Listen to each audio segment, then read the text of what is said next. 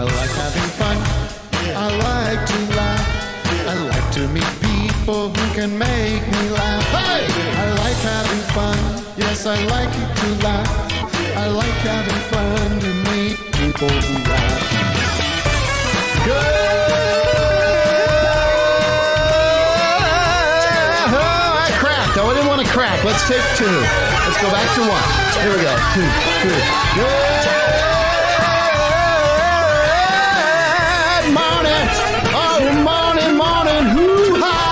Oh, it's 10 a.m., ladies and gentlemen. It's Thursday. That means only one thing. It's Office Hours Live. Office Hours Live. We are here, ladies and gentlemen. We are here to be with you today on this day. We are now living in Biden's America. We have to be very careful about what we say, ladies and gentlemen. We have to really stop and think about what we're going to say because we could get in big trouble now. We're in Biden's America. It is a new day dawning. Is yet to come. It's positive. And there's some negative because we have to be very careful about how we say things and what we say. We're constantly under surveillance now. The House is surrounded. I got hairy legs. They're listening, folks. The administration is listening. They are monitoring us closely. And if we don't follow the party line, there's going to be big trouble here at the show, guys. So just be very careful today. Do you hear me? This shit sucks. All right? So I'm going to be very, very deliberate. I'm going to make sure I get that word right. Deliberate. Is that fair? Deliberate. No. This is a donut. Careful, man. We're not doing donuts today. I gave you the list of words we don't get near. When in doubt, I have a peanut butter jelly sandwich. Pure vanilla. I gave the guys a list of 250 words that we are to avoid. So we're going to be very careful, but we're still going to have a good time. That's what's. I want to welcome to the show Doug Lussenhop, DJ Doug Pound. Thank you, Tim. On my right shoulder here, for a lot of you guys, it's screen left. Doug. And Vic Berger. Vic. Thank you, Tim. And Doug are both masked up today. This is not performative. Oh, this is like I'm scared out of my mind. What's going on? Vic is scared. Like, I was Vic. You know, Vic. I was wearing a mask. You can confirm this, guys. Burger. Was wearing a mask up until the broadcast today, but it's since true. we and you're facing that way, and I'm facing this way. Okay. Doug had left the state. Well, can we be honest about that? I don't want to call you out, but you left the state for a couple days. So we're being extra cautious. I don't want anybody saying that we're just doing it for looks or whatever. It's trying to set a good example too. We want to, we want people to wear a mask. It is this feeling trying of like to push Biden's agenda. We just got to get through this at this point. It's very hard. It feels like, could you imagine getting this at this stage? It's like I've gone through this whole year. Vaccines are they're just the light at the end of the tunnel. We just got to stand tall. Get through it. They just lowered the age for vaccines to 55. Where? So I'm almost in range. In L.A. or here in California? I think so. That's what I heard. Yeah. That just applies to Sammy Hagar. I was trying to get my parents to push for it because they lowered it to 75 now. So that's, they're not. What do you mean? They lowered it to 75? Yeah, like they're in phase Pennsylvania? two. Phase what was two it above then? It was like, high risk. It was first responders. High risk? Where are you calling in from? High risk here. Hot risk. But I heard a sad story that my friend's wife is a nurse. My friend's wife is a nurse in Delaware, and she has been throwing the vaccine away because not enough people are coming to get it. Oh, they're dumping it down the drain. That's what I'm hearing. Well, my mom out in Palm Springs was saying that it's very complicated. There's the appointments go almost like for the testing. The appointments go online and then they immediately get filled up and sold out. Yeah. The report today from CNN says that the Biden administration is saying that as we might have suspected, there was no plan at all for the vaccine. So they're starting from scratch now. The quote is, "There's nothing for us to rework. We're going to have to build everything from scratch." Which you just said. It's funny because they say we've been hesitant to criticize them too much during this transition period for fear of some kind of like Trump going and literally flushing all the vaccines down the toilet out of spite or something. Right. But, so now I have no reason to doubt that that's what the case is, but who knows?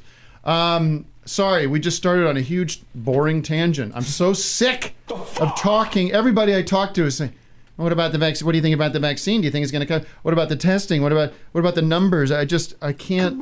And my friend of mine's father is down with it. Doesn't look like he's going to make it. No. So it's just been tough. But let me get through some plugs.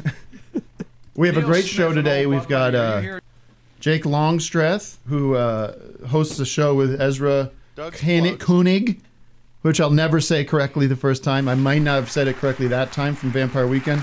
Time Crises. He's also a beautiful Time Crises. He's also a beautiful painter. Yeah. Really impressive painter, and a Deadhead with his own Grateful Dead cover band. Gotta take the good with the bad. So we'll talk, I'm sure, about all that, and then we'll be joined by I assume Adam is a Dead fan too. I'm just guessing based on the little I know of him. I might be wrong. I don't want to put him on the spot because I respect him too much. I don't respect Jake as much. I mean, he hasn't earned my respect, Doug. You understand? You got to come and earn my respect. But Adam from the War on Drugs is, what a great artist. And Jake is a great artist too, who I'm sure I will grow to respect. We are now happy to announce that the Mr. America special screening on January 31st is live. The ticket link is live. That's mramerica.eventive.org, E-V-E-N-T-I-V-E, eventive.org. Matt, maybe we can put that in the chat link or something. Yes, it is in the description as well. There you go. So that's going to be fun. We're going to do a Q&A. There's some different ways of... And I'll tell you this, without getting into the details and the muck of this, what a great way to financially support On Cinema in 2021. Now I'm getting excited. You hear me? You hear that? You make a good point. It is a good point. Our super chats are turned on. Another great way to show your support for Office Hours, if you haven't joined the Patreon, of course you could do both. Patreon.com/OfficeHoursLive. All right, that's enough of that. In the after hours, I've been watching so much Sopranos. I got the Pauly Walnuts devil sign going all the time now. Oh! She's his fucking fiancée. Right, oh, look. Oh! We got a big problem, T.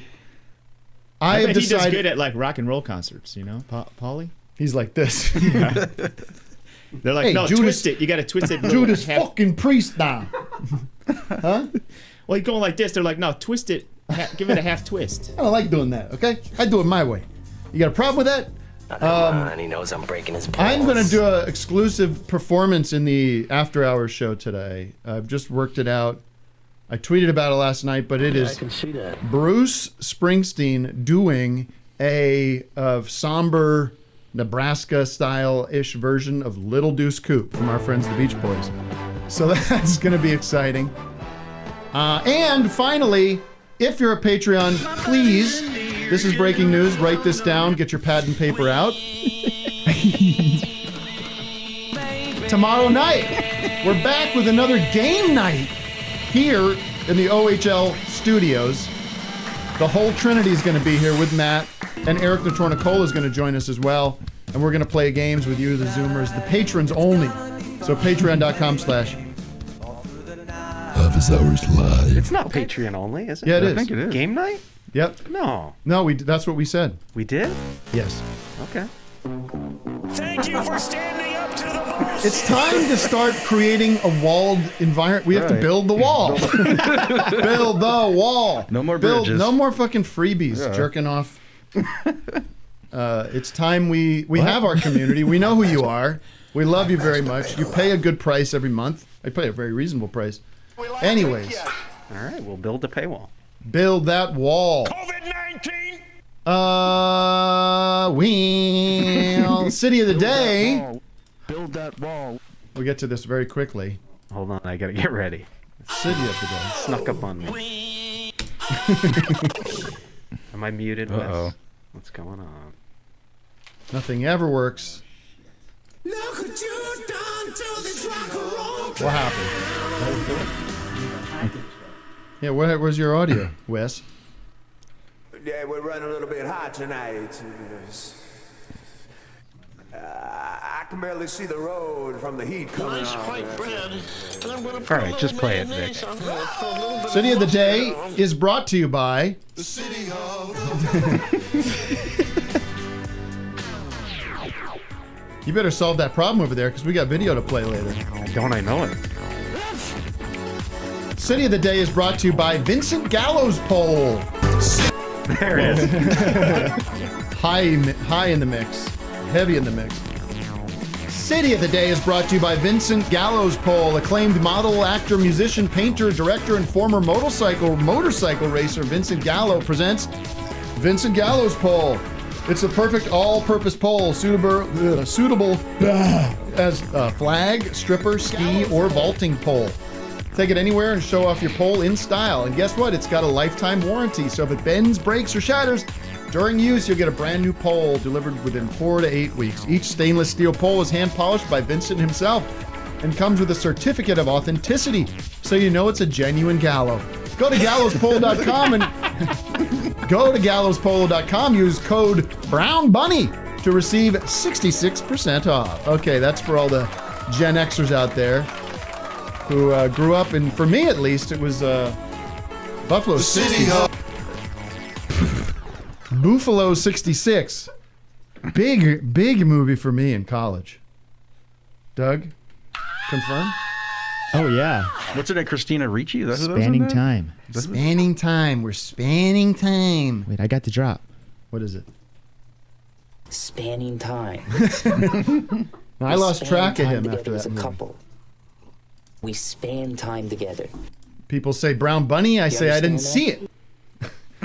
I never saw it. I never saw the real blowjob. Apparently, We'll that's take I in that saw movie. it. pictures from my I parents. saw it. You fast forward right to that scene, didn't you? course. No, I don't Come get on. into it. It was a prosthetic penis, though. Ah, Are Very you sure? large.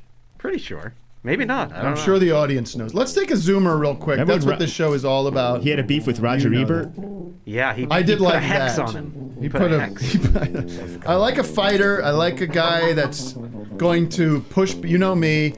I push back. I fight for my art. I believe in what I do, despite critics. I say, Are you "Fuck gonna do it or you, you're not gonna do it? you motherfucker." All right, against better judgment, I'm going to pick someone with a name named Do you Jeremy understand that? Tunafish. Jeremy This could go either way. Tunafish. Taking pictures from my parents. Jeremy, What's up, Jeremy? what do you got? You look like a real nice guy, I guess. I was gonna say something else. What do you got for me? Well, I'm just having my tuna fish, and I had a question about legacy for you and the boys. Okay.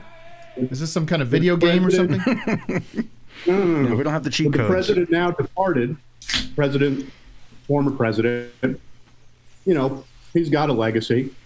If you were to depart today, what would your legacy be? Oh, At home, drawing pictures of mountaintops. Way on top. very quick. Lemon yellow sun, arms raised in a beam. Drops are it. I mean, listen. I think my That's all we're gonna remember. I think my contributions to art and comedy, music, entertainment will be discussed for generations. Thank you, Tim. I think there will be. It's slow going at the moment. I think it's going to take a while. You're going to have folks like you and younger people growing up with this stuff saying, "Oh, well, that must have been so beloved in its day, right? That must have been just championed." And then the old folks say, "No, it was very unpopular.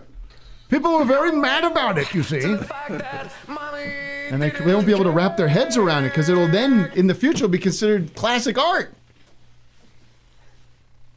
I'm not going to get no Kennedy Center. I'm not going to get no Mark Twain Prize. Maybe when I'm 99 or something. Post-mortem. Right. You'll be a That- real Van Gogh. All the greats are treated that way, so I'm not too worried about it. Zoom. What about the State. boys? Huh? What about the boys? Oh, those guys will be forgotten like the sands of time. The old, like the Grecian beach from the 1600s, the sand from that period. No one thinks about that sand. Right. It's true. Now, Vic, of I'm course. still working on well, my Doug's going to legacy. get lumped. Unfortunately, Doug's going to get lumped into the Tim and Eric. When we talk about Tim and Eric, we talk about Doug's work. He's in that oeuvre, and Vic to some degree as well. But I think he's distinguished himself in some ways for some people because he's gone the hard politics route. People like Vic. I'm trying. I don't want to only be politics. He's hard though. politics. He's I've like done a lot of stuff that Tim isn't Russert. politics, but that's just because of the insanity that everyone. That's what I'm known for. But Well, in Biden's America, Vic, you have out no more material. There's I don't know what you're going to do. And I hate these people that are saying, that Trump was bad for comedy and stuff. I mean, maybe comedy's just mostly bad. Well, he just. And it always has been. Yeah, but he broke the mold for politicians too. You had to rework. Rework kind of what you did. You couldn't the same, bit that Fallon was doing for years isn't gonna cut the mustard with him. What was I watching? Come on, man. Oh, the Tiger Woods documentary. Okay. Oh.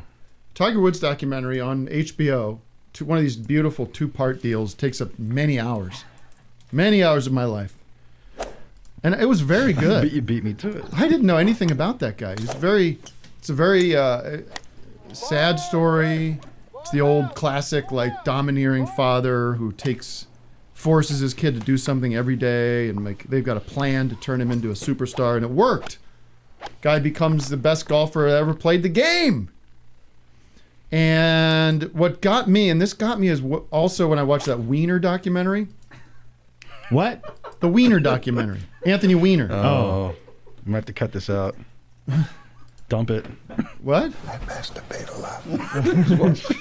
No. The Wiener doc. What got me was when you reflect and look back on the late night jokes that happened during these stupid scandals. Thank you, Anthony These Weiner. sex scandals or whatever it is.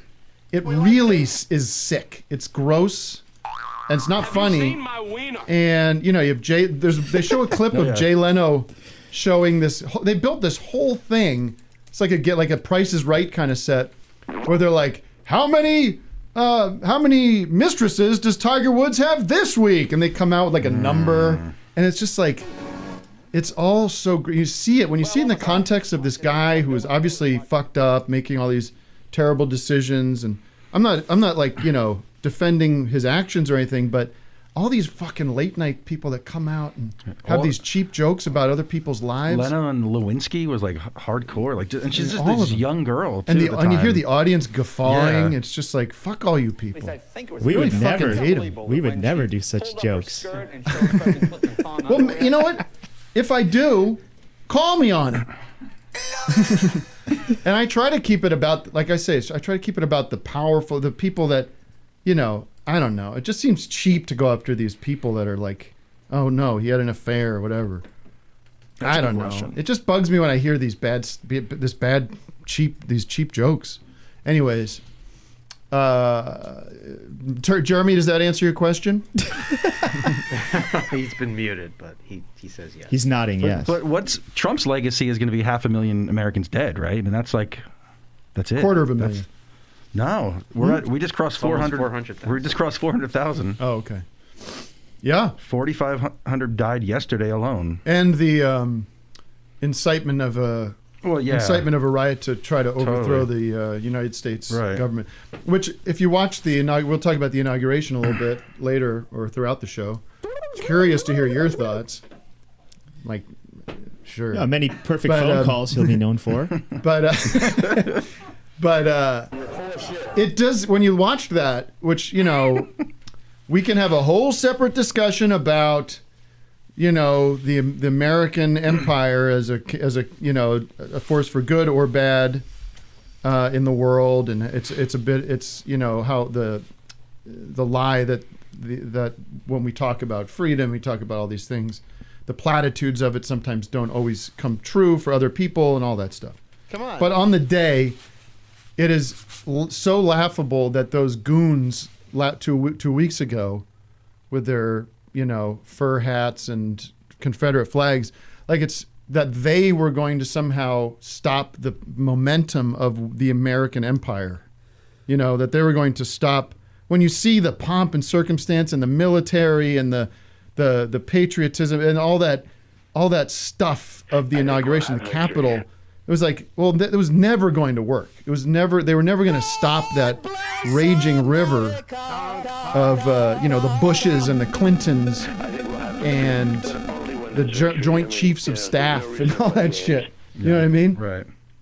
good for good or bad. I'm not, you know, I'm saying like, I mean, I don't think they should have overthrown the government or tried to stop the process there, but it just is silly to look at 2 Wednesdays ago and then yesterday and see like, well, that was obviously always going to be the plan, that they were going to see this through. So, and there was Bernie sitting there. That was funny. Yeah. He looked good. He looked cozy. And I loved, and then Zach up there on the Zoom, he's got the on cinema version of that. That's why I like Bernie. He's got the right attire. People were upset about that, saying that if there's a double standard, because if a woman was dressed like that, she would have gotten all. But there was women at that inauguration that were dressed all kinds of wacky ways. Look at the Lady Gaga looked a little weird. She was doing her thing. She's supposed to, though, right? Yeah, that's her. Yeah. She's a weirdo. And I saw a couple senators' wives who were wearing like what I thought were kind of like Burlington Coat Factory winter coats, you know, like just which I don't have any problem with, but you know, there's all kinds of people wear whatever they want. Burlington, Vermont. Burlington, that's where it comes from, I believe. Or I think Burlington Coat Factory might come from Burlington, New York. I want people to look into that. You know, Let's who might look into know it. Jake Longstreth. Is he on? East Coaster, he is. Should we bring him in? Jake, let's get to the bottom of this. Look, come on, man. Jake! Hey, what's up? Not too much. I'm here to earn your respect, Tim. You got to. I don't know how you're gonna do it, but today's your day to try. This is the opportunity you have. What's your plan? First of all, are you in a hammock or a rocking chair of some kind? Because I'm getting seasick. I'm in a rocking chair. Yeah. Sorry. I don't know how that's going to work. If that's going to be part of your respect plan. I'll plant my feet on the ground. Yeah, or put some wedges underneath there or anything. Shims. Get some shims out. Stabilize that rocking chair. A lot of headroom, too. I'm barely standing today, folks. I'm almost like that Elton John song. I'm still standing, better than I ever was. I've got shaky leg syndrome. Great stand-up. What's that? I do stand-up. Wait, is that you? No, Jake. Jake. Yeah. He's just waiting for the conversation Tim, to start. I've never seen the show before. I've listened to it for years. Oh, thanks. And this is really cool to see. It's very pro. I had no idea it was so pro. It's becoming kind of a TV show. You know, I can't tell the difference between this and those goons on late night that I have such ire towards. Also, kind of getting a Joe Rogan vibe. Easy now. No. Easy. Or how about this? Howard Stern. That's better. I'll take that. Okay. I'm the only guy standing. That's my. We need to do the "I'm Still Standing" song. We're gonna cover that. Anyway, the hour-long special is called "An Evening with Tim Heidecker." There you go. Did you hear about that? Stern plugged my I did. stand-up special. I did. That was very cool. What a funny guy! What a funny guy. What a funny guy. Calm down. I'm really surprised by that still, because it seems like he's. I love him so much, but he does often have bad taste in things. You know, he likes reality shows, and he likes like that band Creed or what's his band that he loves so much? That band that's Jake Blink-182. No, well, Is it Third Eye Blind or no, one of those? It's the guy Train. He loves that band Train. So Jake, even the guys in Train don't love it that much. Yeah, guys in Train are like, I mean, it's okay. a job. It's a all job. right, yeah. People seem to like it. Listen, can we let Jake get a word in edgewise? Really Tim, amped up. Tim, do you think that stand-up special was the first time that you had crossed Howard Stern's desk? No, I know that for a fact it's not, because we had done this, Eric and I had done this interview with like one of these kind of TMZ style or Access Hollywood style things. And we were in a bad mood and decided to just kind of like goof on the woman doing the interview. And we sort of Baba Booeyed it. We were like dropping Baba Booies during the interview. And then he got such a kick out of it. He played the whole interview and was like talking about us. Like, look at these fucking guys don't give a shit. They're just, their bellies are all hanging out and they don't care, you know. But then JD, who works there, he came in and was like, "Oh, you got to watch their show and all this stuff." So he's seen it, but I don't know if he connected those two things. You know. Right. What's going on with you? In general, where are you at right now? I'm at my house in Eagle Rock, Highland Park area. It's been a quiet year. I've been painting a lot, been doing Time Crisis every few weeks. Definitely missing band practice and playing shows. And, so what? What have you been doing? Time Crisis just remotely, sort of just Zoom it. I saw you. I did one with you guys where you just did like FaceTime. I miss you. Yeah, that's what we've been doing for like a year. And Apple doesn't care. No, They'll put out in fact, anything. They're sending us mics finally. Oh, nice. I just got an email like, "Hey, we're going to send you mics." A year into the pandemic. And you're in a you're in a Grateful Dead cover band. Yes, I am. How do you want to approach this? Well, it's great to talk to a fellow Deadhead. Did you see that? You saw my post with the "Hey Jude," right? I didn't. Well, you did. I did. Sorry, with Brent freestyling at the end. Yeah. Yeah, they did some awkward covers, no doubt. Yeah. Do you get into what is the focus of the Grateful Dead cover band? Like, what do you try to focus on? I mean, we focus on like the prime glory days of the band, which is for me, it's like late '60s into the mid '70s. Right. A lot of Europe '72 stuff. Yeah. See, I can tolerate that stuff. In fact, we do like, I would say like 90% of our stuff is Jerry songs. We do a few Bobby numbers. We do a few of the covers like Mama Tried and When I Paint My Masterpiece that Bob would do. Right. And then they did that whole, one album I like of theirs is that Reckoning album where it's like just all their acoustic covers of mostly covers of country songs. Yeah, I mean, there's a lot of originals on there too. Oh, there is? I think. Well, they got The Races On by George Jones. Right? Yeah. Yep. And that's when Brent Midland had just joined the band, and I think it's fair to say that was like when their live vocal sound was at its peak. Yeah, it kind of disintegrated after that.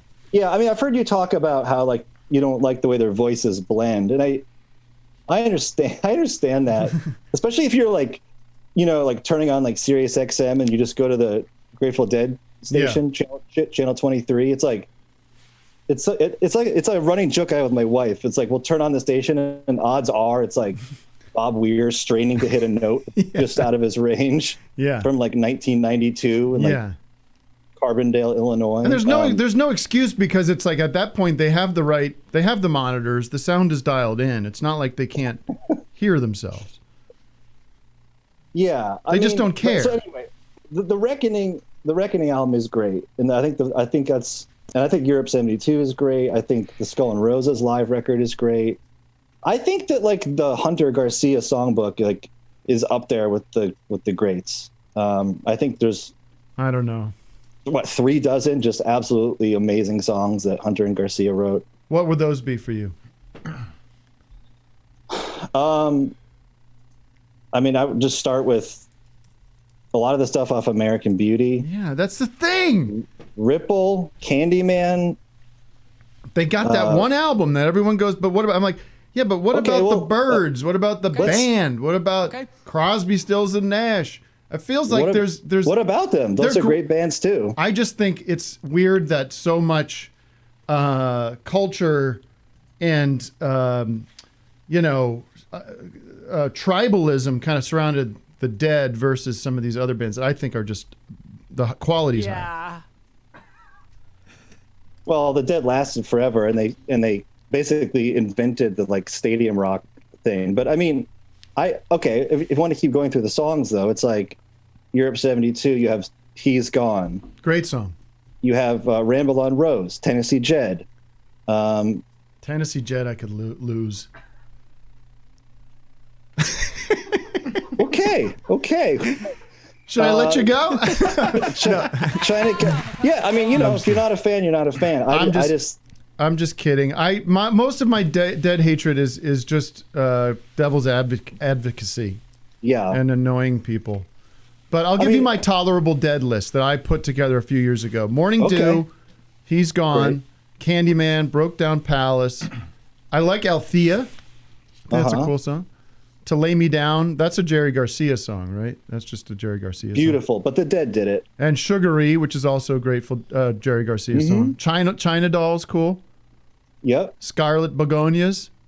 Great. It's kind of weird. That one I was listening to, I was like, I could tell right away she listened to the blues. I knew right away she was into the blues. Yeah. It's like, okay. Stella Blue, that's a great song. Casey Jones, you got to give Casey Jones that's a fun song. It's a classic. Truckin'. I mean, the number one song, Touch of Grey. Touch of Grey is great too. Touches. Yeah, I mean, sounds like you're a fan. I mean, and also maybe I'm a fan of the Dead.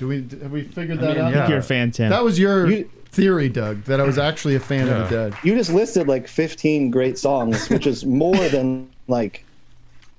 Can you name like 50? Maybe you could name like 15 great Bird songs. I love the Birds. Don't get me wrong. Yeah. They just don't have like as deep a catalog, and their canvas isn't as big. I mean, what you just listed sounded like a Richard Pictures set list.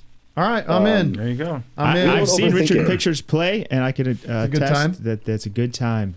And, do you have Jake does a great job at singing and guitar. Do you have two drummers? Not now. We have in the past, and it was chaos. It seems like it's chaos with the Grateful Dead. Yeah, I mean, and we're playing bars, so it's tough. With like, what was the reasoning behind them like having two drummers? Why did like one? Was there like step out now and then? In case one nods off, the other one picks it up. Yeah, why? What the hell is that about? Why do you need two drummers? Vibes. I mean, just to. Wasn't it true though that Jerry Garcia wanted out of that group? Like, like once it turned into that kind of big corporate, machine.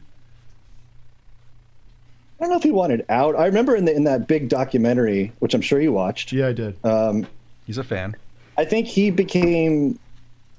was reluctant to embrace his role as like an icon. I think for the first 15 years of the band's career, it was a real band, and he wasn't like a celebrity. And he kind of stood out as like Jerry is God kind of vibes. Yeah. Yeah. He was a victim of his own success. I mean, it makes a certain degree of sense. I mean, he definitely was like the reason that band is great, as far as I'm concerned. That's what I mean. I can't dismiss his talent and his charisma, and like just like you kind of like the guy when you see him play. You know, you just he's just got a lovable vibe to him. The rest of the guys feel like you can switch any of them out. Well, I think Lesh is awesome. I think Bill Kreutzmann is awesome. I think Bill Kreutzmann is like a good drummer. Who's the one with the serial killer underrated eyes? Drummer. Who's that guy? What's that? Who's the serial killer eyes guy? They play keyboards. Oh, that's Brent Midland. Oh, that one. He's creeping me out. He came in he came in to replace Pigpen, or no? Pigpen. The Dead have had a real string of bad luck with their keyboard players, because they started with Pigpen. Right. He died like in his late 20s. Then they brought in Keith Godchow and his wife Donna, and then he died. And then they brought in Brent Midland, and then he died in 1990. Jesus. Oh my God. All drug related, right? All drug related? Yeah, I'm pretty sure Keith died from a drug thing. Brent Midland was like a serious drug fiend. I think so. Right. I think so is Jerry, and I mean, yeah, they're into it. And that's probably one of the reasons Jerry wanted to get off the road too, is he was, he also eventually died from drugs and the life living on the road. I got a question real quick. Go ahead. Do you think that the band would have been better if Jerry had that finger? Well, Jerry didn't lose that finger till a little later, right? You're talking to a kind of consumer grade deadhead here. I don't I'm not pro level. I don't know What day? every detail. What day did he lose his finger? It was early. It was before he was a musician. before maybe. No, I think it was like mid-career. Honestly, Dom in the was it? chat says he knows why they had 2 drummers. well, I don't care what Dom thinks. Well, the question still stands. Dom should tell us. Dom should tell us when the finger got chopped.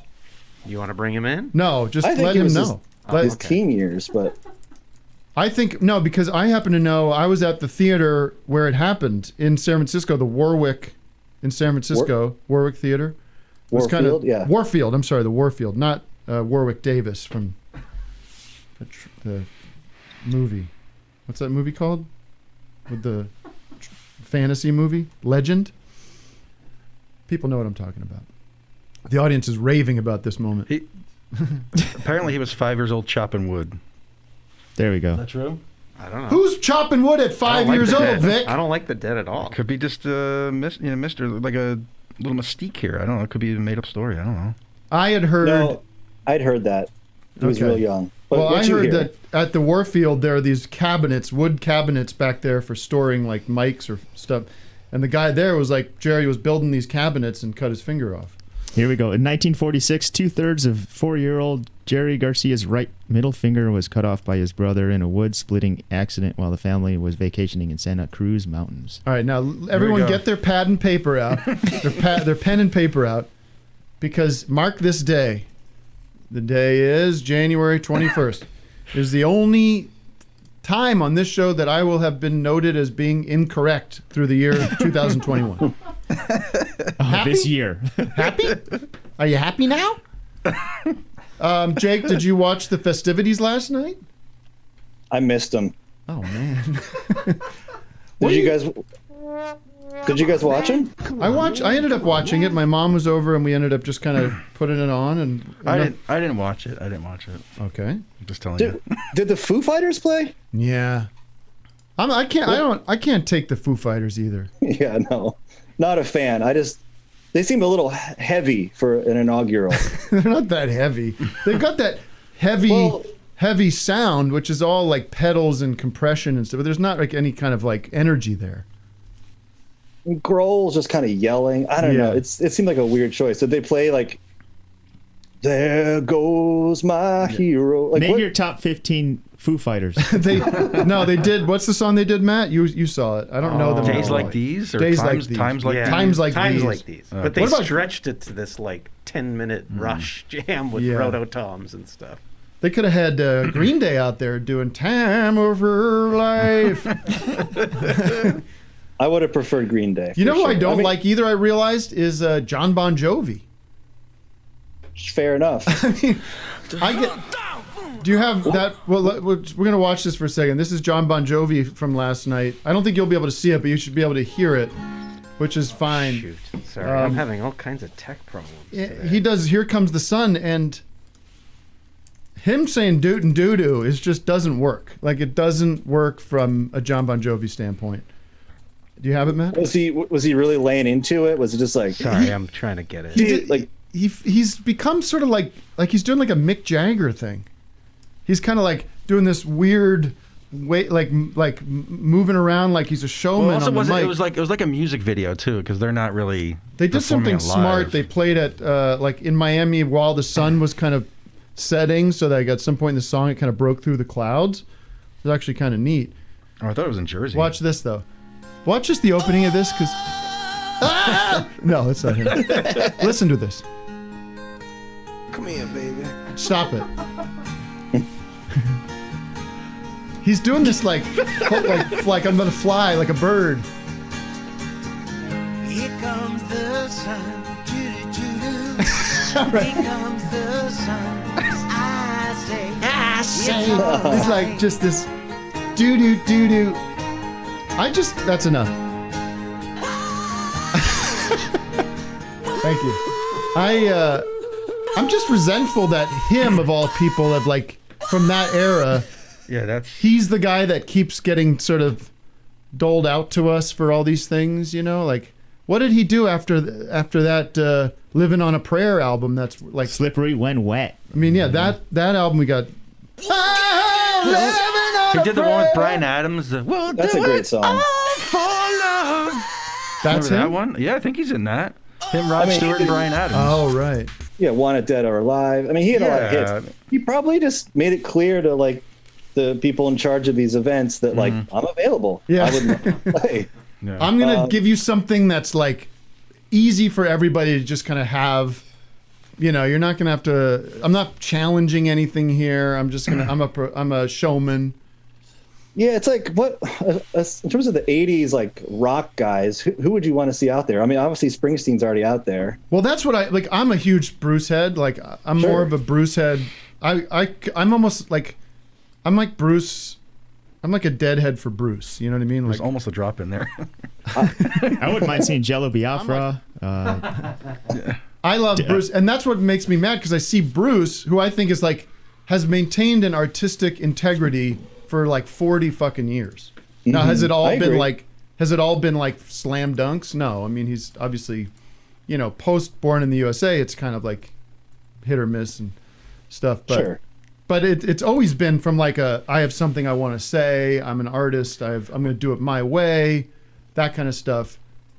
And then he's sort of like, here's Bruce Springsteen and John Bon Jovi. Like, I hate that they have to like kind of mingle together. I hate the idea that Bruce has to kind of be nice to John Bon Jovi because they're like both Jersey guys. I've always wondered about that relationship because, like, when you hear "Living on a Prayer," it's so clearly indebted to Bruce. Yeah. No. When you hear "Living on a Prayer," yeah, exactly. It's a story about like a working class couple. Yeah. That's like struggling to get out of their like the doldrums of their life and like find this like achieve this dream and like. Yeah. I love "Living on a Prayer." I think that's like a great song, but yeah. I always wondered like when Bruce heard that in the mid '80s, like in the mid '80s, if he was just like, yeah.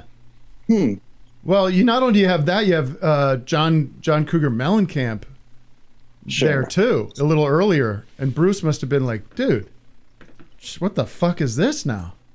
Because Bruce. Oh, did he play last night too, Mellencamp? No, I'm just saying in general. Oh, just in general. These interlopers. Tim, I got a question. Coattailers for both of you guys. Go ahead, Doug. So you're making fun of Bon Jovi because he's doing his dance, you know. But if you're the lead guy from a band, the front man, and you don't have an instrument, who does it right? There's the awkward parts when you're not singing and you have to. Right. It's tough. Well, that's got to be awkward. I mean, I would say if that was me, I would just strap on a guitar and not even plug it in, Totally. just to do something. And nobody would have batted an eye if John Bon Jovi did that. If Who he does had a it guitar. right? Who does it right? Freddie Mercury, 100%. He had half of a mic stand, right, and he would dance with that. Oh, There's yeah. also like Steven Tyler with the put some scarves to all like over kind the of thing. like. He's like a bullfighter. Yeah. You have to like confuse the audience by making them look at the scarves. No, but I do like like Johnny Cash, like because he wasn't ever really plugged in. I don't think with his acoustic guitar, just kind of like. Well, he's got It's like having a rifle around strap you. on a guitar. Prop it, yeah. Also, you have Roger Daltrey did the stuff with his swinging the microphone around. He was great. Yeah. But Tim, what would you do if like Robert Pollard was a great front man. Gene Ween, great front man. Wait, Pollard had a guitar. No, not live. Oh, for real? I don't know. Did you ever hear my? Well, he was in Jake, you were in a Guided by Voices cover band too, weren't you? 20 years ago. Yep. There we go. That sounds like fun. It was really fun, and our Bob Pollard was. Do you like how he said that real... as opposed to the Grateful Dead? Now that sounds good. That sounds like fun. Now that sounds fun. Let's demand or let's audience interest in a GBV cover band, but right. But our Bob Pollard was older than the real Bob Pollard. And he's not a young buck. No, this was a long time ago. But yeah, Bob would do like a Daltrey impression with the mic swirling. Yeah. And have a cooler of beer on stage. He's always pounding beers, though. Yeah, I mean, he was an incredible front man. In terms of because it is like that's a tough position to just play a whole show just doing vocals. Yeah, you gotta have some moves. That maracas like Davy Jones. Yeah. And eventually Mick Jagger said like Steel Wheels Jagger was like, you know what, just give me a fucking guitar. I need to give me a guitar here. Did anyone just stand there and patiently wait for their turn to sing? Well, I mean, you know, it's funny. I was watching this clip of the Monterey Pop Festival from 1968. You know, it's like there's a YouTube video. It's like 2 hours long, and it's like all the acts that weren't in the film, which I never really saw the film anyway. So it's just. But there was a bunch of bands back then, like the Association. Remember the Association? I love them. They had like 3 or 4 guys in that band that just were like there for the backup harmonies. I saw them live in the '90s, and the one guy actually sat in the at the control booth across the room, and he's doing the sound and singing backup at the same time. That's cool. Yeah, getting behind the boards. And then there was a guy that was just doing flute, like he just had a flute solo, but that was the only time he like really made an impact.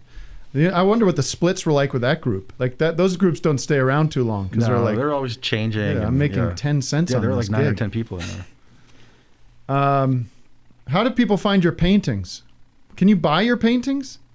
My audience isn't going to buy your paintings. They're probably $300,000 and bullshit like that. You can see my paintings online on my website or on my Instagram. Yeah, it's the same as seeing them is the same as having them on your wall. What's the difference? But they're big though. I mean, the scale is. When you see them in person, it's fun because the scale is big. I mean, I show at a gallery in LA called Nino Meyer Gallery, and like an art gallery is sort of like the analog to having like an agent. Like they represent your career. They try to help your career grow. They sell your work, obviously. They exhibit it. So I work with him. He's a great gallery, and I do exhibitions periodically. And are you painting now? Are you keeping busy? Yeah. It's like I basically do it like 40 hours a week. It's like your full-time job. That's awesome. That's how I make a living, and that's how I do like Monday through Friday, like kind of 11 to 6. I'm so bad at art, at visual arts. My kids are, they're trying to do stuff with the kids, and I was like, I'm going to try to draw something, give me like something to do. And I said, I'm going to draw a crab. So I drew a crab. I tried my best. I had some colored pencils and I drew the crab based on the picture. It's hard to draw, though, Tim. You got to give yourself a little break here. Well, I'll show it. How about I show that in After Hours? I'll show you my crab drawing in After Hours. I have a good video for After Hours for a front man who stands there like a statue. Okay. Jake, I want to keep you on if you're around. Can you hang out? Yeah, absolutely. Okay. Just hang out because I want to talk about the farewell. The farewell. That's the Dead. Really? Do you know this song? Fare thee well. This is the best Dead song I've ever heard. Do you have a synth in your band? This is my kind of music. Oh, this is that thing you found. Oh, you should put that up on the screen if you could send it to Matt. I'll send it to Matt. We can watch that later. That was cool. This obviously got sent around the internet a little bit yesterday, but the pre-show for the inauguration yesterday was the farewell event for Donald Trump, who snuck out in the early hours of Wednesday morning with an embarrassing send-off. Bye-bye. Bye-bye. I don't know if maybe, I guess it was very early on the East Coast, 8 a.m. on the East Coast, so it was 5 a.m. here, right? So we missed it. I was just probably lying in bed trying to sleep. I know that feeling.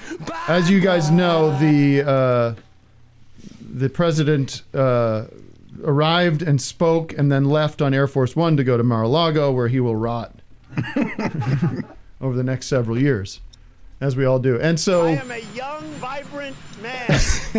and so he arrives at Andrews Air Force Base from the White House on the helicopter. And now this is the video. We found that this was on C-SPAN. This is the sound is important here. This is what's pumping on the tarmac.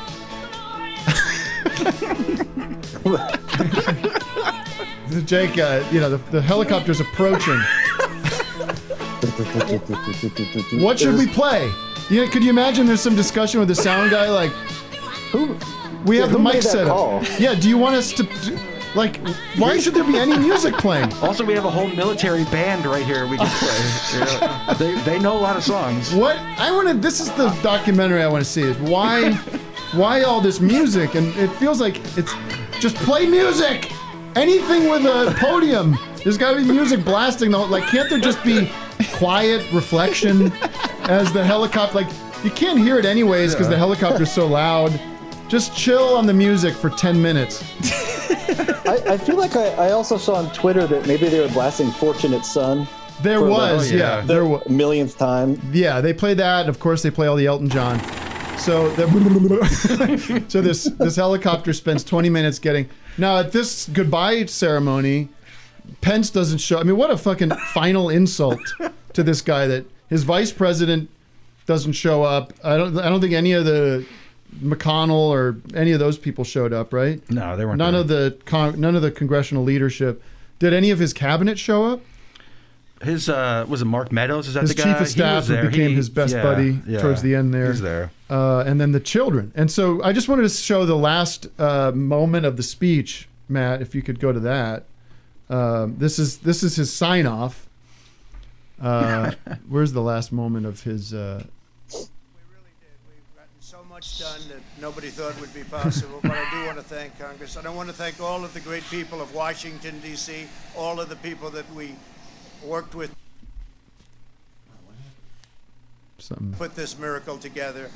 So, miracle. Have a good life. We will see you soon. Thank you. Thank you very much. Have a good life. Yeah, we skipped that. Have a good life. See you soon. Have a good life. Yeah. Have a good life. Who says have a good life? You say that to someone when you're like, fuck off. It's a fuck off line. Yeah, when you divorce. Have a nice life. Oh, yeah. Bye forever. That is epic. Where is it again? Good luck. Good luck. Is that you, Vic? Put this miracle together. I feel like I've said have a good life to someone as in a joking way when like you run into someone that you knew a long time ago and you both understand that you really won't see each other again. Yeah. Right. And you're like, whew. Or it's like something I would have written on my 8th grade yearbook, you know, to some girl, you know, have a good life.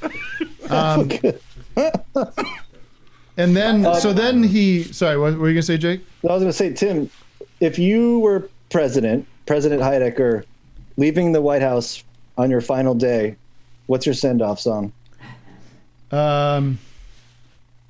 Hey Jude by the Dead. Well, I don't want to just jump to an answer here. I got to reflect. Yeah, it's a tough one. I mean, I don't have an answer either. I would say River by Joni Mitchell, maybe. Ooh. Down to You, Joni Mitchell. Anything on Cord and Spark. Yeah, something something reflective, something beautiful, something pretty. All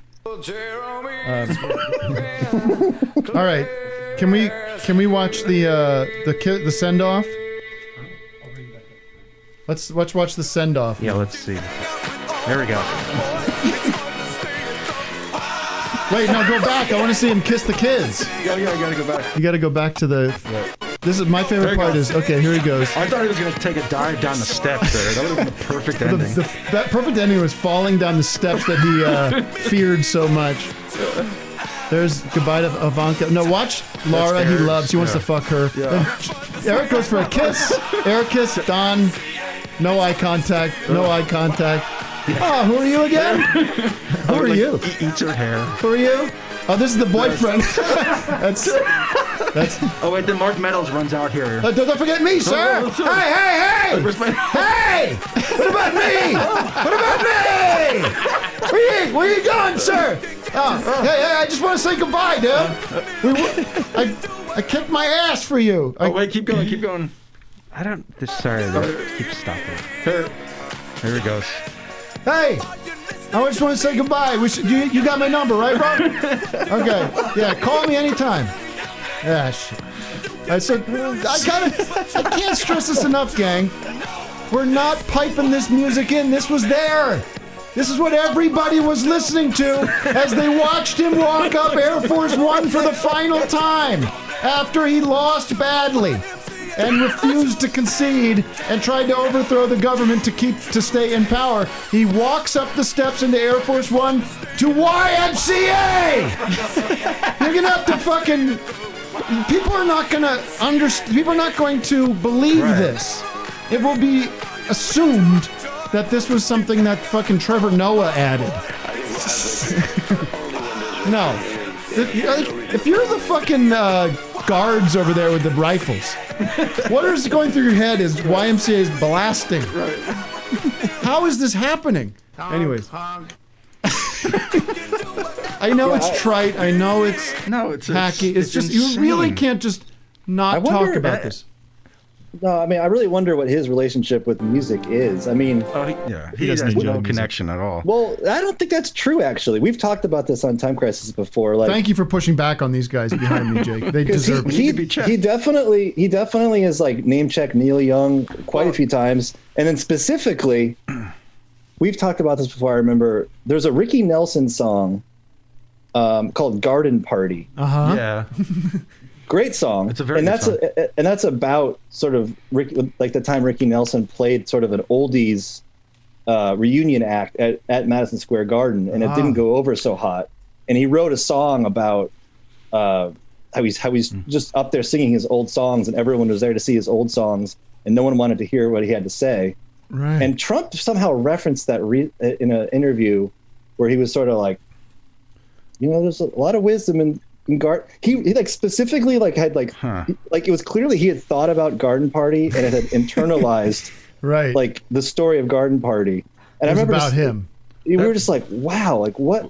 Well, he like references musicians like Neil Young and all these people because he wants people to know that they met him, that he met him. He met, like, because there's pictures of him with Neil Young in Trump Tower on his wall, and same with Steven Tyler and everything. He loves the celebrity aspect of it. Right. I don't think he listens to anything. I don't think he like connects with anything in the world other than nothing himself. like nothing on a cultural level. Nothing on like this moves me because of the art. And of in the Garden Party song, he might have just like heard someone else talk about it too. Like it might have been on like Fox News or something. I don't know. I mean, the Elton John stuff seems legitimate. That he considers Elton John like a great. Like one of his favorite artists, I guess. He played at his wedding and stuff. Yeah. So. It's one of the few places where Donald Trump and I probably agree, because I'm a fan of Elton John. We like Dick, yes. you know that this is also was covered on the show. Donald Trump introduced Bob Weir at a Bob Weir and the Rat Dog show in 2006.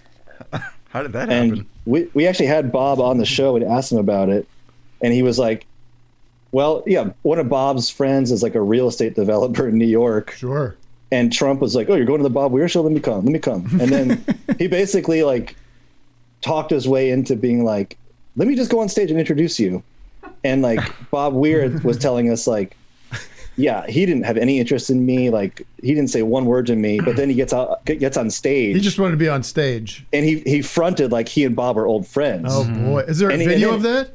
There is. And he also said like, no one's played MSG more than Bob Weir. No one's played the Grateful Dead. They played MSG he said some outlandish number. Like they played MSG 435 times. It's like made up some super specific outlandish number. Right. And then was just like out. Yeah, like see ya. Truly psycho. Not there to see the show. Not there to jam. No. Because I'm cognitively there. We have that clip if you want to. Oh, really? They have the clip. These guys are pros. Wow. Roll the clip. It's just audio. I can't really make it out. It's just audio. It's not a video. Let's scoot ahead a little bit. That wasn't him. Scoot ahead. I like how we're retreading Time Crisis material. Oh man. Anyway. Nobody has sold out Madison Square Garden more than Bob. He's talking about Bob Dylan. So it's my honor tonight to present Bob Weir and Rat Dog. He must have thought he was getting pranked. We also have a lot of dogs, and they're great dogs, and we cherish them. Hey, Vic. Yeah. Is Little Deuce Coupe a Jan and Dean song? No. Well, no. Is it written by? It's possibly early on written by Jan and Brian. Possibly. Oh, I didn't realize it was Brian, crossover. Yeah. I'm sorry. I'm looking at because later in the after hours, I'm going to do a Bruce Springsteen Nebraska style cover of Little Deuce Coupe, written by Brian and Roger Christian. Okay. Oh, Roger Christian. But on the Google it says about artist Jan and Dean, so they obviously did a cover of it. But the Google algorithms have assigned it to Jan and Dean. I love pretty music. What was the Brian Wilson Jan and Dean relationship? Vic? Anyone know? I mean, they were competitors, I guess, and buds and everything.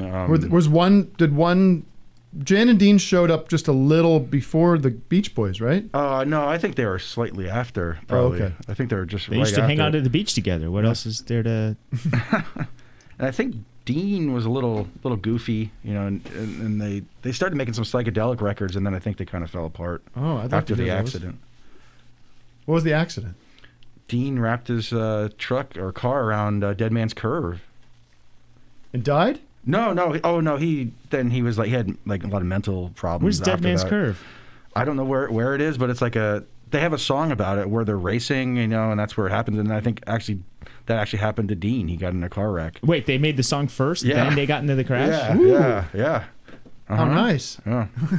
Vic, do you know what Jan and Dean thought of like Pet Sounds and Smile era stuff? Yeah, I'm pretty sure they like loved it and wanted to do it because they did start making some psychedelic records around that time. I can't remember what they're called, but something about Are those circus. good? They're okay. There's a lot of those. Like, isn't there that Chubby Checker psychedelic yeah, record? there's the Checkered record. There's a whole bunch. Even the Stones did it. With Satanic. Well, sure. But there's so many. Yeah, they all have their even like who's the guy you mentioned, the Garden Party guy? I think Rick Nelson had a psychedelic record. Kenny Rogers had a psychedelic record. Yeah. They all did their, Pet it was in vogue. Smile kind of thing. Yeah. Let's see what Adam from the War on Drugs knows about Jan. My special guest, Jake. Do you know Adam? Adam, do you know Jake? I've never met him, but I'm a big fan of his work. I mean, that's exciting to hear. You have to unmute on your side, Adam. Adam, there we go. You had to have been on a Zoom before. Are you too cool for Zoom? Zoom new. Hey, look who it is, my pal. What's going on, bud? Hey, good to see you. What's up, Jake? Not much. Nice to meet you. Get Me up, too. Jake. What's that? The band? Get up, Jake. Let's jam on that. Let's get together, three of us. We'll jam on band tunes. How are you, Adam? I'm good, man. I'm hanging in there. Yeah, hanging in. You got an REM poster behind you? Yeah, I got a big Life's Rich pageant poster right there. What are you in your 16-year-old girl, 16-year-old sister's bedroom or something from 1988? I wish. No, I got my Petty poster I ripped off the wall. This is very cool. At the Riv in Chicago. It does look like you've got one of those fake Zoom backgrounds, and it is like a bedroom from 1988. You want to see my dolls? Yeah. Yeah, of course. But wait, what? Pan right again, or pan the other way? Pan to your left. You got a Roland Echo box up there. Oh yeah, we got a chorus Echo up there. Just ready to go. You never know when you're going to need that. All patched in. Because you never know. Because do you write with effects?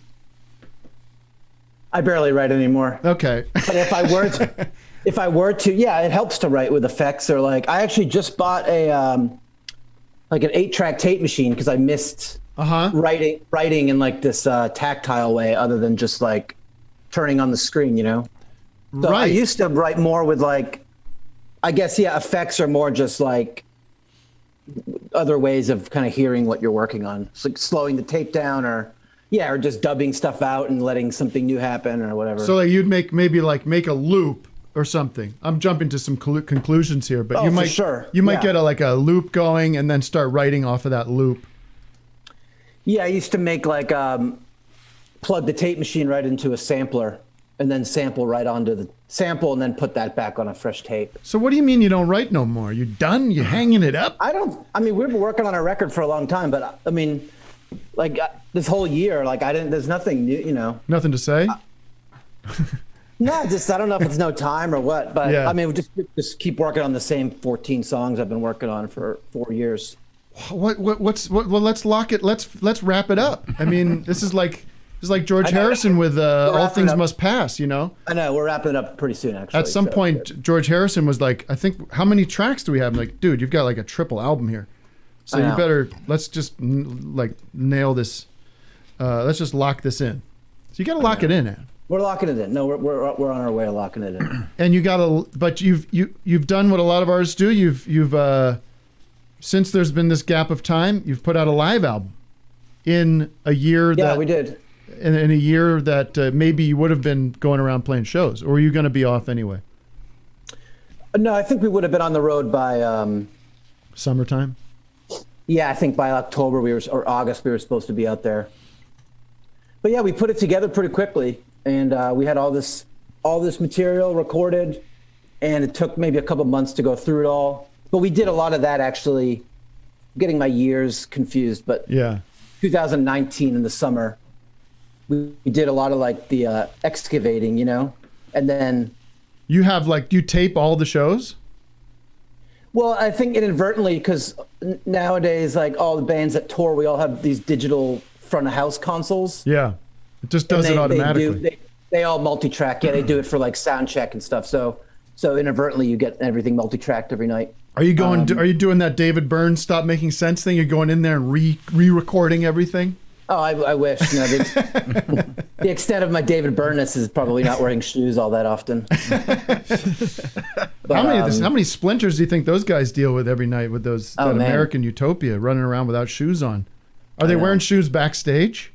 I don't think there's, one of my band members, John, our sax player, he was in that St. Vincent David Byrne band for a while. Oh, really? And or the whole time, I guess. And John hates bare feet, hates bare feet.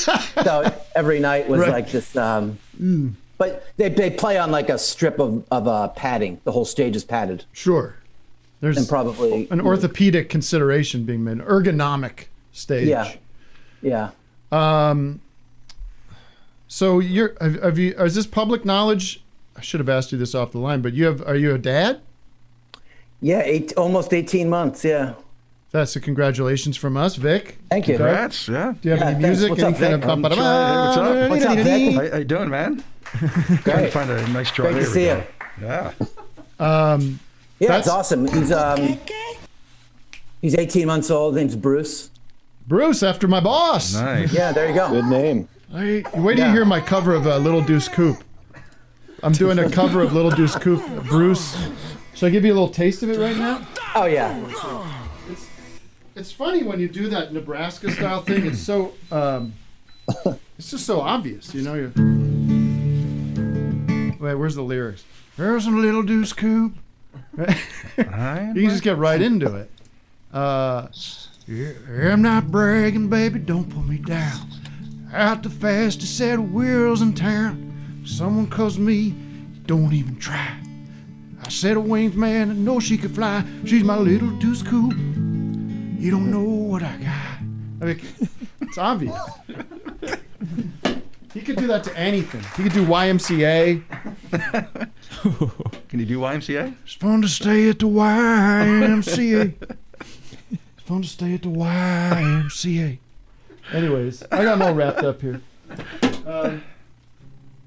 People are bailing on the after hours now after they got that preview. All right. Adam, we have Adam and Jake, we have what's becoming a very popular game for music heads. If you're interested in playing it, here's the general gist. We read you an artist. This is generally going to be in the classic rock category. Yep. Broad classic rock. You have to guess their Instagram follower account number. And how many they have, or how many they have. Not how many they aspire to have, but how many they actually have.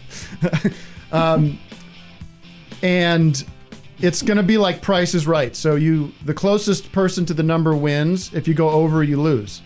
Okay. It's an exciting game. But Matt, where is the? Is the doc not linked? It should be linked. It's in there. I don't see it. Is this the official band accounts or the personal accounts? Or I'll get to that. Okay. Here's the information I'm going to provide for you: the name of the band, the handle of the band, and whether they're verified or not. I can also give you their like if they have a bio or something written. So that's all kind of information to help you come to your to your answer. Is Doug playing too? Yeah, and since we want one of the guys to kind of run the sound effects game show vibe, Doug will be playing today. Is Really? that okay? Okay. All right. Are you ready? Is that Adam? Are you okay with this? I'm in. What if he's like, Way in. dude? We did not discuss this, and I'm not prepared. I don't want to look like an idiot, but we'll just get right into it. Ladies and gentlemen, the first band on Instagram for you to guess the number, and Doug's going to go first here since he's played this game before. Jefferson Starship! Let's go with... Hold on a sec. The account, the handle is at Jefferson Starship Official. The information, it is verified, and the bio contains only this: jeffersonstarship.com. $48K. $48,000. Lock it in for Doug. 48,000 followers for Jefferson Starship. We built this city. Of course, they started as Jefferson Airplane, then they switched to just Starship, then they returned to Jefferson Starship, and had a nice resurgence in the 1980s. Let's go to Jake Longstreth. I'm gonna go 18.5K. 18,500 followers for Jefferson Starship on the Instagram social media And platform. you can't go over or just the closest? Closest wins. Okay. Well, you can't go over. Yeah. You Price could is Right bust. rules. You could bust. I'll say that to you, Adam. You have the opportunity. I was actually going to say exactly what Jake said, so I'm actually going to go to 17,000. 17,000. Whoa, that's an interesting. That could have been a one. 17,000 for Jefferson Starship. The actual follower count for Jefferson Starship is 8,714. Everyone bust! Should have done a one. Somebody should have gone $1. Gonna do the one follower thing. Maybe it should just be closest. No. Whatever. So it's anyone's game. There you go. It's only 8,700 for the verified. They're not very active. I don't think there's any original members in Jefferson Jefferson Starship at the moment. I think they're all dead or not interested. Somebody was telling me the book on them, there's a biography on them that's really good. Or it might be an autobiography of one of those, but I'd rather watch the doc. I ain't reading the book about that. all right, are you guys ready for round 2? Oh yeah. Edgar Winter! Frankenstein Man? Mr. Frankenstein, Edgar Winter. The handle is Edgar Winter Official. Now here's something for you to consider very closely. Not verified by Instagram. In the bio, we have "Keep on Rockin'" with an exclamation point. Am I first again? Doug, it's to you. 4,066. Okay. But in honor of Vincent Gallo from earlier. We got, of course, if you don't know Edgar Winter, really, I think we're only. Can you guys think of other Edgar Winter songs besides Frankenstein? I know one. Was he a one-hit wonder, or is there another one that's just out of my grasp right now? Godzilla? No, that's Blue Oyster Cult. Blue No, he Oyster. had another song, I think. He must have. Ba-dum bum bum ba-dum bum bum. No, I don't think he did any of the other songs. He was Free Ride. albino. No, Free Ride was Foghat. He had the albino Well, condition. I'm just looking up. no. He does have a song called Free Ride. I don't know if that was. Slow Was he? Ride was Foghat. He was not blind. He was albino, I believe. But I don't think he was blind. This is Edgar Winter Group. Okay. Adam, are you a Edgar Winter head? Oh, okay. I don't really know that Johnny much. Winter. Johnny Winter. You don't know much about Yeah, him. John. Yeah, no. I mean, I remember that video of Frankenstein's pretty funny because he plays all the instruments in it, I think, or he does all the solos on the on a synth and. But he jams on that synth like yeah. a guitar shredder. He it's pretty good. He's good. He's good. Jake, and he's got a good vibe too. I like Doug's guess. I'm gonna go 5.7 thousand. 5.7. Oh, sorry. Yeah. 5.7. 5,700. Exactly. No, not really a point decimal situation. Okay, 5,700. 5,700. Adam, that's to you. We have Doug at 4,000, Jake at 5,000. Yeah. I'm gonna say 3,620. Okay, 5, 4, 3. You guys are like sharks, all hanging around the same fish there, all going after the same sad white fish. Sorry to say, ladies and gentlemen, but the actual count is, get ready for this, please take a seat if you are not sitting, 226. Wow. You gotta go. If you're last, you gotta just say one follow. Yeah, Adam, that's a little advice for you. I don't want to tip the scales too much, but it's not a bad strat. That was pathetic. One more, ladies and gentlemen, and then we'll move on. Winner takes all. Winner takes all. This is it. All right. The artist in question is, formerly of Loggins and Messina, Kenny Loggins. Probably a little bit more famous as a solo artist. We've got the official handle at the Kenny Loggins. This is a bit of a surprise. Not verified. So somebody on the Kenny Loggins social media team not exactly keeping up their relationship with the Instagram folks. And the bio reads, official and only Instagram account verified by the link posted on Facebook and kennyloggins.com, wingman t at kl.tinmanmerchandising.com. That's, you got some Kenny for us, Adam? Oh, man. Go ahead, give us a little Kenny. I was just playing along to what you were playing. Is that Danger Zone? Oh, that's right. Yeah, there we go.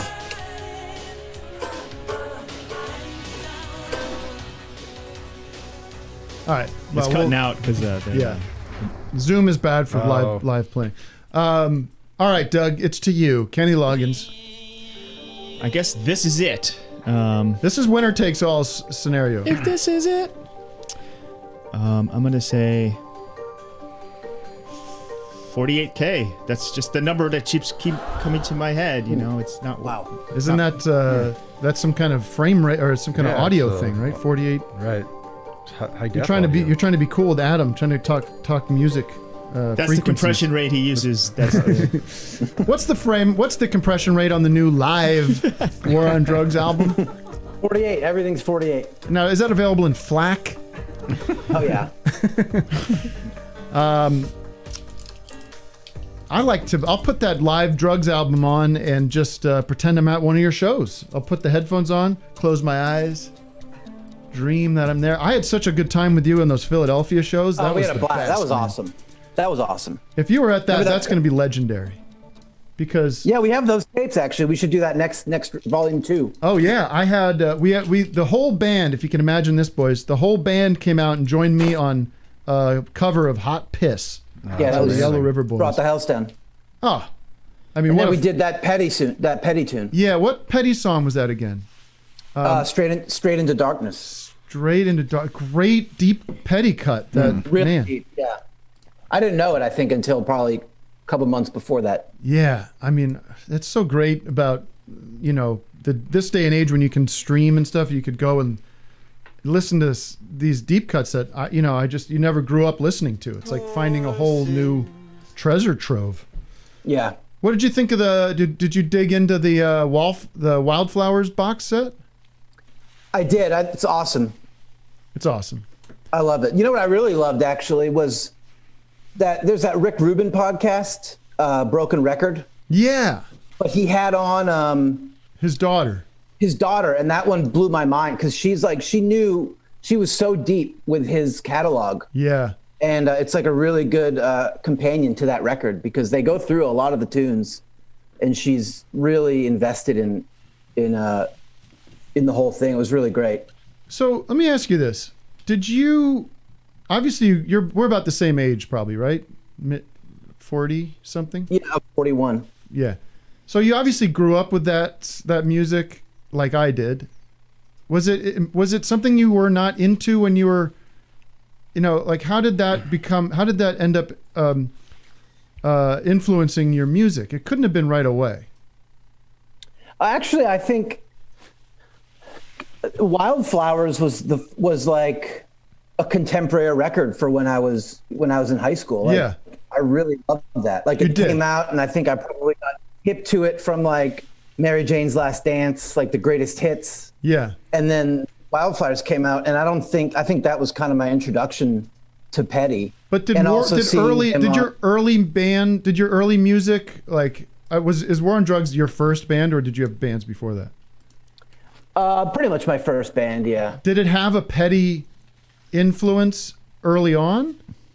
Because I hear like some Petty influence in your, more recent records. But was it there from the beginning, or did that creep in? I think it creeps in. I think it takes, at least for me, it took time to, it's still always like a journey, but like, how do you arrive at something that feels natural? It's right. Like, I think some of his Petty stuff just feels so effortless, like his songwriting. Yeah. And I think, production, the sound of like, especially like Full Moon Fever was something that I think when we all started, we loved the sound of that record, but yeah, it takes a while, I don't think that, I think I always loved his catalog, but it's not something where from the beginning I was really confident enough to, be channeling that. I just think it's cool because I love your records and I love the fact that it's kind of like, how do you wrap your head around the popularity of your music? Because for me, it feels like it almost shouldn't be. It should be like it should be ours. It should be like still should be like it, but it also has this broad, my dad loves it, but also like young cool dudes like it and girls like it. It feels like it's almost like this miracle. Yeah, I mean, my dad, he's 88. I got to meet your dad. That's right. He did. That's right. Of course. Yeah. And, we kind of turned him on to, me being in a band and having friends in the band and everything, like turned him on to rock and roll after 88 years. He went out and bought all the records that, we got compared to. He's like, I bought Dire Straits, Bob Dylan. I was like, oh, which Bob Dylan did you buy? He's like, Time Out of Mind. I think I told him to get Time Out of Mind. Yeah, that's a nice intro. He doesn't like that one, but yeah, I don't know. I don't really. We're grateful for being able to do what we do, but yeah, I tried to. I'm not asking you to defend it or anything. It's just kind of, it's interesting. It's like we're so grateful. Yeah, I'm happy for you because you and the guys in the group. I'm telling you, you can count on me. These are good guys. Yeah, they are a good group. All right, Kenny Loggins. Speaking of good guys, Kenny Loggins is one of the greatest. People don't know this. What? He held everybody together back in the 80s. Everybody went through everybody went through Kenny. If you wanted to go through Kenny. Yeah. Kenny's not verified. Again, the bio, official and only Instagram, verified by the link posted on Facebook and KennyLoggins.com. Wingman at KL, tinmanmerchandising.com at the Kenny Loggins. What's our follower count, Doug? Didn't I say 48? Yeah, Doug's locked in at 48. Sorry, Jake? You still there, Jake? I'm here. How'd you like my interview with Adam?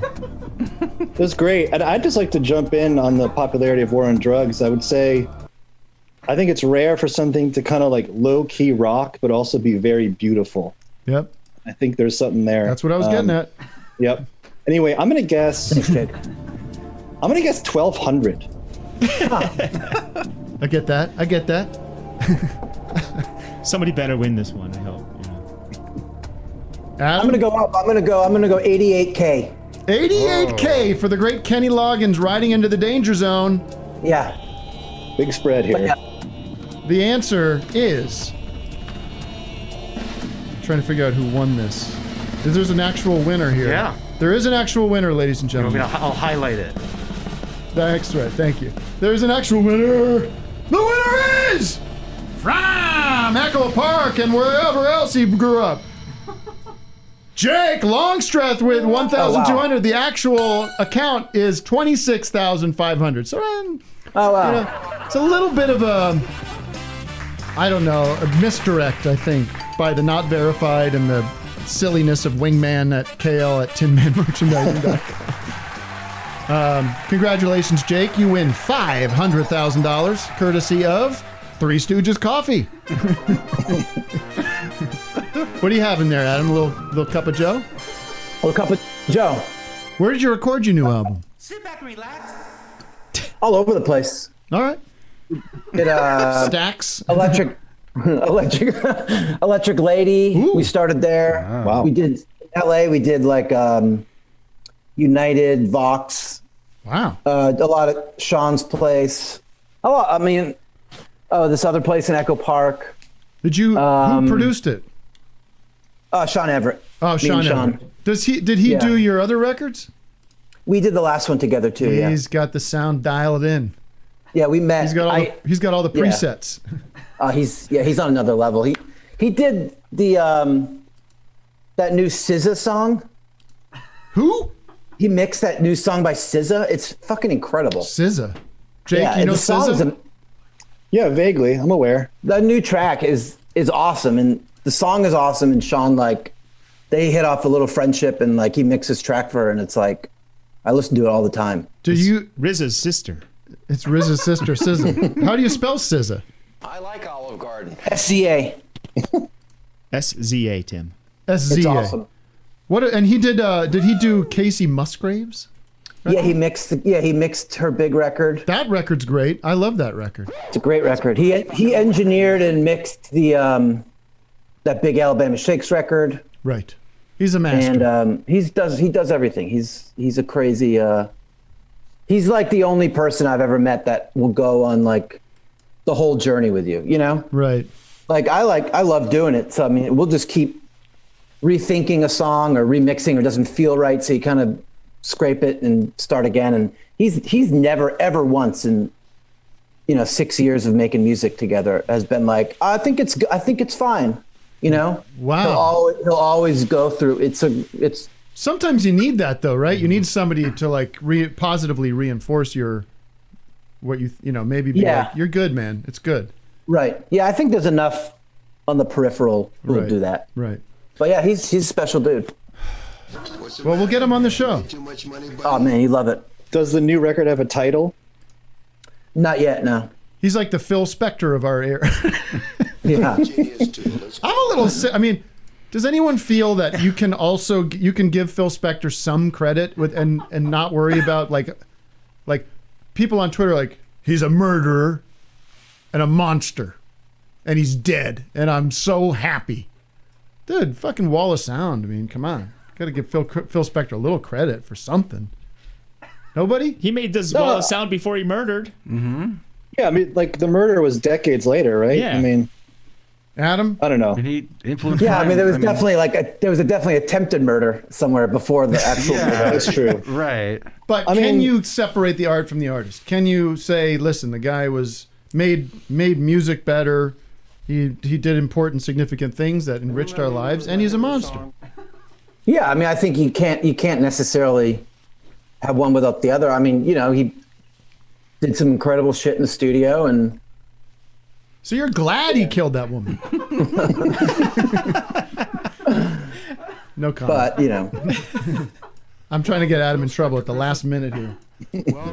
And then people are saying he ruined All Things Must Pass. That feels like a little revisionist too, because I don't know. We were all happy with All Things Must Pass until suddenly George Harrison says it has too much reverb. And then I go, well, I guess I agree. Whatever. I want to hear the tapes because that's the whole thing with Harrison. He's when they were sitting around, when they were recording it, they were sitting in a small circle. Yeah. And the headphones were super dry. Right. And then they go in there, obviously, and it sounds like they're in a massive church, like in a cathedral church chamber. And obviously he was like, that's not what we were just vibing off, but I want to hear like, I wouldn't mind hearing that record like the way they heard it when they were playing it too. I don't think that exists because it's all baked in. The reverb's baked into the tape. So, well, he's saying there's a dry run. Well, there might be like rehearsals that didn't have the Let Steve Albini mix it. I think I get the master tapes. I'm sure they didn't print a lot of that stuff. So, but once it's burbed, it's not. There's not like a dry setting. No way to reverb it. You can get one of those Beatles cover bands to just go in there and redo it. Yeah, there's guys on YouTube that are. I'm on like a weird YouTube rabbit like algorithm thing where it's all these guys that are replicating exactly how to record like a Beatles song. You know, like they've got the same. My friend Clay at Boulevard in Hollywood does that. Really? Yeah. Gets the these are the same Neumann 1893 mics used, the same cabling, and we've got it going in through this Hohenhauser processor that is exactly that and it never sounds as good. It just never works. Kind of works. It's interesting. I end up watching it, lying in my bed. Yeah. 40 minutes of this guy. This is how you get the Ringo Starr drum sound. What am I going to eventually do with this information? All right, I got to go because the show's over. You know what we forgot today? What? The actual city of the day. We were so Oh my mired. goodness. What is okay, sneak it in real quick. And we have a predictor. What is the predictor? Sven Jolly. Sorry guys. Should we let our boys go here? Yeah, we should. Adam, I'm so glad you got to do the show. I'm so happy for you. Love your show. I love Thanks you, for having and me. thank you for Nice to meet thank all you for you guys. our mutual admiration for each other is legendary now. Unbelievable. I'll talk to you later. Thanks, guys. Take care, guys. Jake? See you later. See you, Jake. Nice to meet you. Jake, final thoughts from you? I'm still thinking about Phil Spector and George Harrison, and I'm surprised George couldn't push back a little bit, but that's maybe a combo for another day. It's definitely another conversation. Yeah. Thanks for having me, man. Thank you, man. It was a pleasure to have you on the show. Maybe we can do it again. Absolutely. And Thank you very much indeed. I'll talk to you later. Congratulations on playing the game. Have a nice life. Peace out. All right, let's bring in the winner.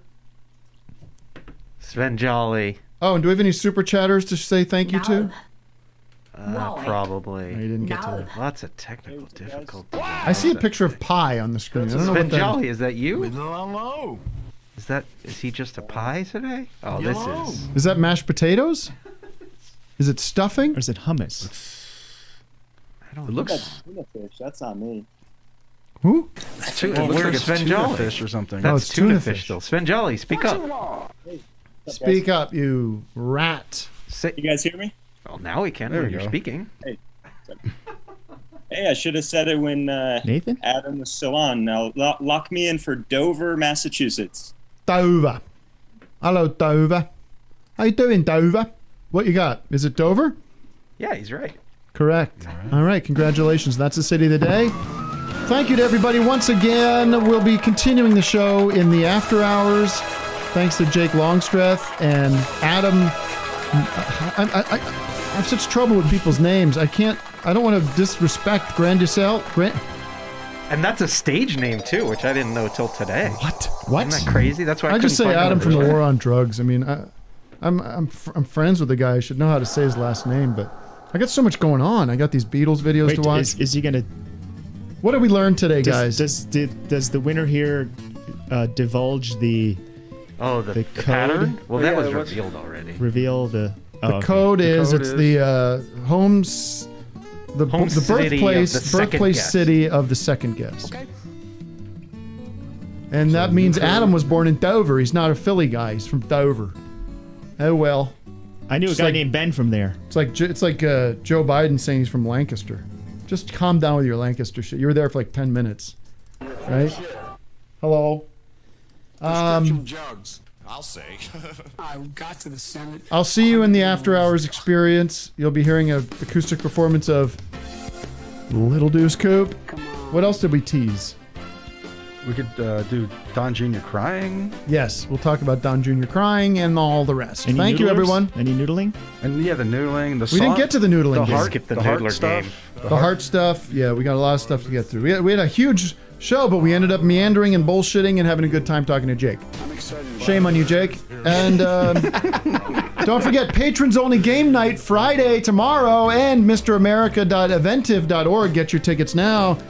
We'll see you next week if you're not a member, but shame on you if you're not. Bye. Now I'm getting excited. Okay? Give them fact.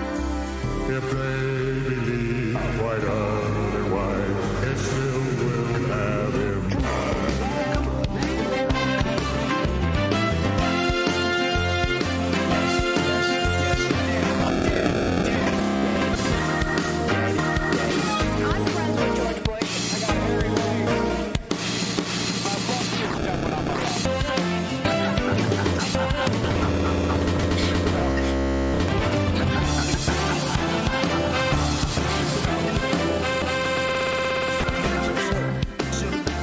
But truth is truth, and if they then decide to live with lies, that's their concern.